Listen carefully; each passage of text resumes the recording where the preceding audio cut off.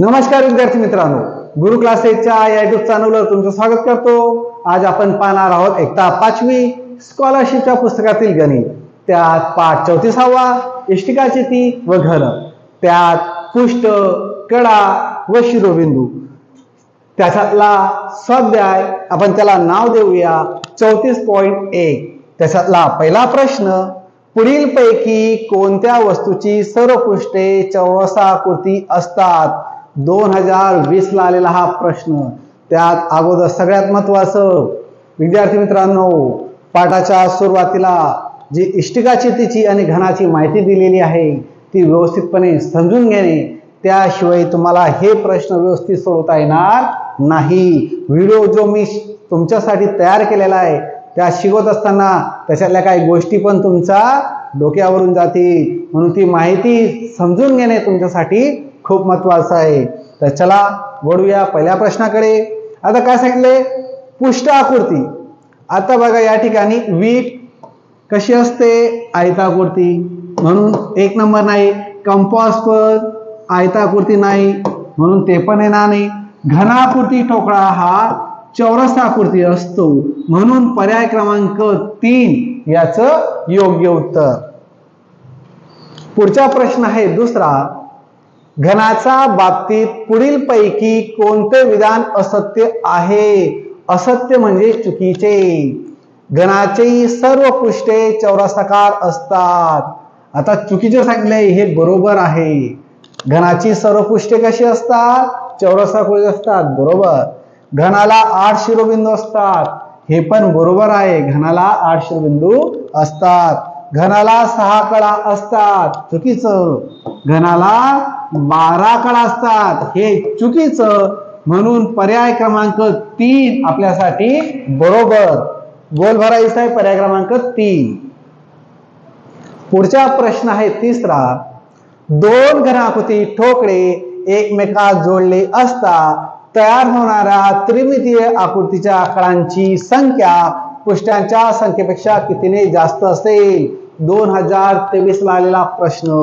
अशा वेळेस विद्यार्थी मित्रांनो, प्रश्न वाचताना काही कळत नाही, म्हणून ज्या पद्धतीने प्रश्न वाचा त्या पद्धतीने या ठिकाणी कृती करायची आहे। जोडले असता, आता या ठिकाणी घनाकृती ठोकळे जोडूया। जोडल्यानंतर तयार होणाऱ्या त्रिमितीय आकृतीच्या कळांची संख्या, आता कळांची संख्या सांगितलेली, तर ह्या घनाला 12 आणि ह्या घनाला 12, एकूण कळांची संख्या झाली 24। पण काय सांगतोय लक्षात ठेवा, पण जे कडा असतात एका बाजूला 4 कडा आणि इकडच्या बाजूला 4 कडा, ह्या इथं जोडल्या गेलेल्या आहेत, म्हणून 4 × 4 8 कडा। या ठिकाणी त्याच्यातून मायनस होतील, वजा होतील, उरल्या किती?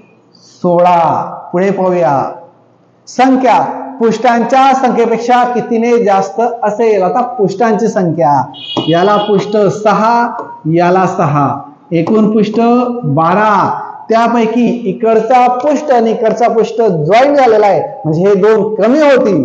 मग इथून जर 2 वजा केले तर उरतात 10, आणि 16 मधून हे 10 जर वजा केले तर उरतात 6 ने जास्त, म्हणून पर्याय क्रमांक 4 याचं योग्य उत्तर।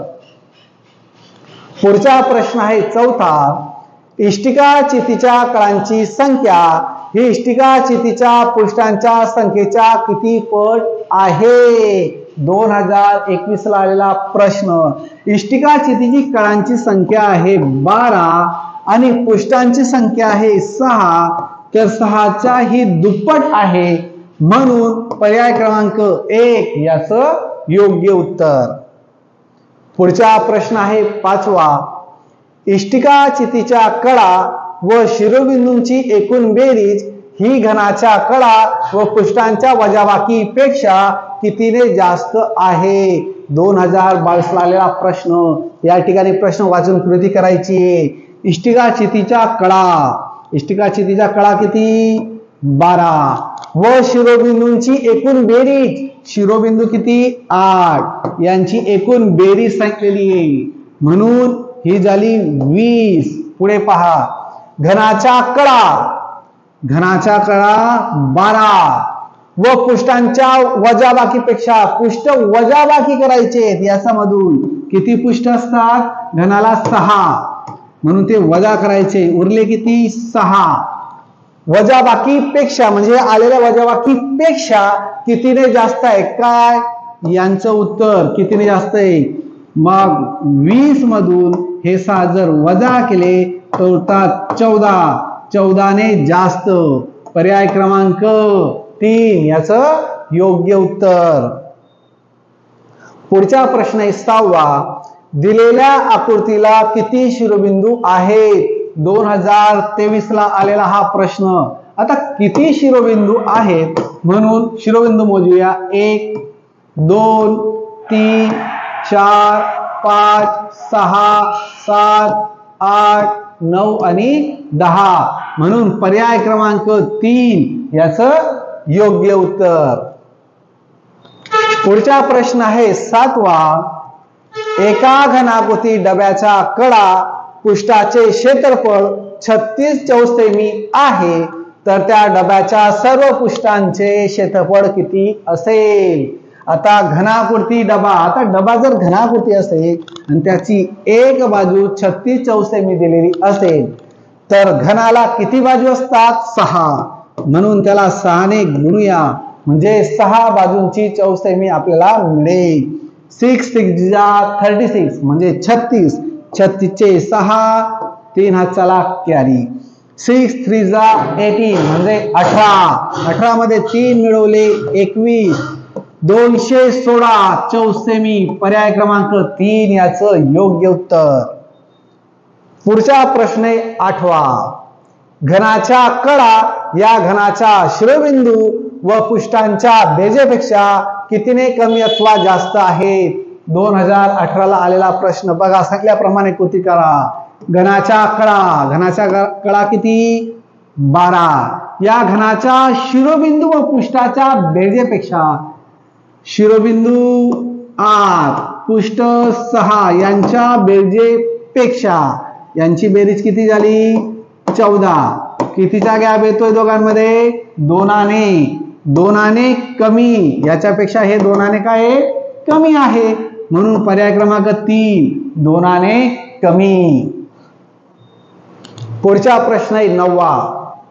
2 सेमी बाजू असलेले किती घन एकमेकांवर रचावे म्हणजे 20 सेमी बाजू असलेला घन मिळेल? आता पहा विद्यार्थी मित्रांनो, या ठिकाणी मी घन घेतो. हा घन आहे. या घना जर आपण याची ही बाजू 2 सेमी असेल तर, आता 2 सेमी जर ही असेल तर ही 2 ही 2 ही 2 ही 2 सर्व बाजू कितीच्या आल्या? 2 2 सेमीच्या. म्हणजे हा जो ठोकळा आहे या ठोकळ्याचं नियमानुसार सूत्र आहे लांबी गुणिले रुंदी गुणिले उंची. आता यांचं काय करायचं? गुणाकार करायचा. 2 2 4 आणि 4 2 8 म्हणजे याचं पूर्ण चौरस सेमी मिळेल आपल्याला 8. म्हणजे हे बॉक्स जर असा ठेवला तर ते किती माप घेतंय पूर्ण असं? तर 8 चौरस सेमी. आता त्यानंतर 20 चौरस सेमी बाजू असलेला, आता त्याच पद्धतीने या ठिकाणी जर एक मोठा ठोकळा घेतला तर हा सर्व बाजूने कसा आहे? सारखा आहे. इकडे 20 इकडे 20 20 आणि 20. या ठोकळ्यामध्ये ह्या घनामध्ये जर हे 2 2 चे असे बसवायचे असतील तर असे किती बसतील एकावर एक ठेवून? तर काय करणार? या ठिकाणी जसं याचं माप काढलं तसं याचं माप काढावं लागेल.